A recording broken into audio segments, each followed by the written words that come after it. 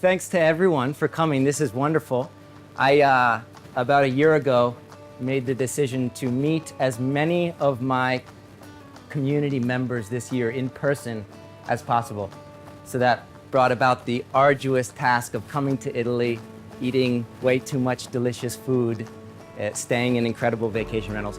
Just 2 nights ago, I was on the rooftop of one of these vacation rentals, having a really, really special dinner with 4 very special community leaders.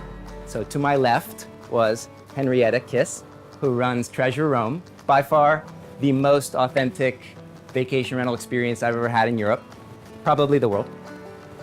To my right was Alessandra, who is a community leader in the world of street art. She specializes in the district of Pineto and is as passionate about this stuff as comes. Across from me were the 2 Claudios. We had Claudio number 1, Alessandra just walked in. Claudio number 1, who is a silversmith, a 4th generation silversmith, who is also responsible for creating the ring for the Pope. And 4th, next to him was Claudio number 2, who was as enthusiastic of a Vespa professional scientist as exists. We went to his museum, it was magical. Anyway, at this dinner table, we were discussing what our communities and our businesses had in common. And I began to notice that there was a trend, a pattern that I was noticing about this conversation that was very similar to the 2 communities that I've had the pleasure of getting to know over the past 10 years. The first one is my real community, that in which I live. That is in Casco Viejo, Panama. When I first arrived to Casco, it was a dark, dangerous, historical ghetto, for lack of a better phrase. And now, fast forward 10 years, it's arguably the most interesting neighborhood on the entire coast of the continent.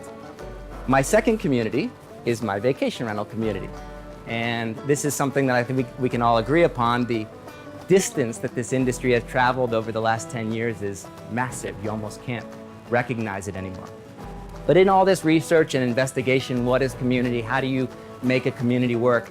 I noticed this really cool pattern that was at the core of every single successful community success story. And it's 4 steps, and it's a logical sequence that each of these communities, whether they were able to articulate it or not, walked through. And I thought it would be cool to share that with you today. The first is a bit of an acknowledgement that quite simply every single community has its fair share of challenges. In my case, it was the beach that needed cleaning, the gang that need intervening. In this case, it's the software challenges that need solving or the management companies that need coordinating. The second realization is that our businesses, as independent stakeholders, are inextricably tied to these challenges, which is to say, if these challenges are resolved, we all win. If these challenges are not resolved.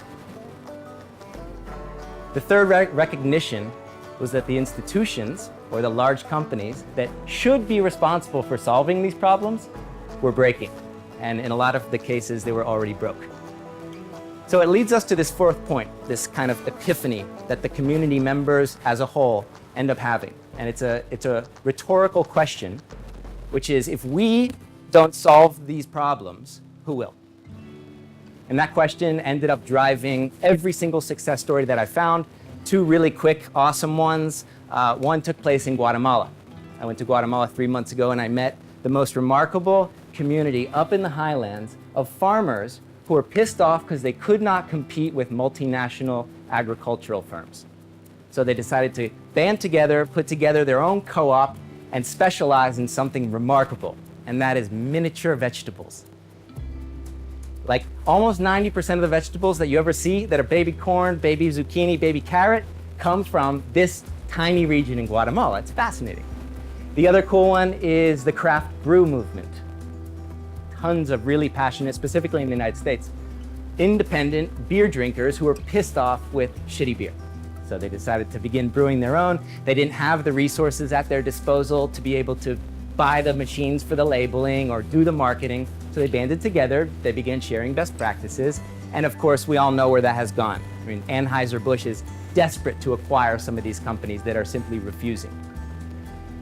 These 2 examples and the other examples that I shared with you today have one thing in common. And this is what I would like to leave you with as we leave this mini theater today.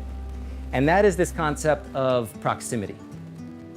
One of the biggest things that I found is that communities were never solving their problems without being right up close to them. Being up close to their competitors, being up close to the lawmakers, being up close to their neighbors, being up close to esoteric ideas, getting in the face of these problems in order to solve them. In my specific neighborhood, you had people who recognized they couldn't stand on their balcony and try to fix the problems in the streets. In our industry, we recognize we can't just sit at our desks and hope that the problems are solved. So with that, I recognize that what is happening right here is very much a prime example. We have very much Vanessa to thank and Rentals United for backing her, but I also think we have everyone in here to thank as community leaders. These are precisely the type of events that drive communities forward. These are the events that I'm absolutely honored to be a part of. And I would just leave that question with you. If we in this room don't solve the industry's challenges, then who will? That's it. Thank you.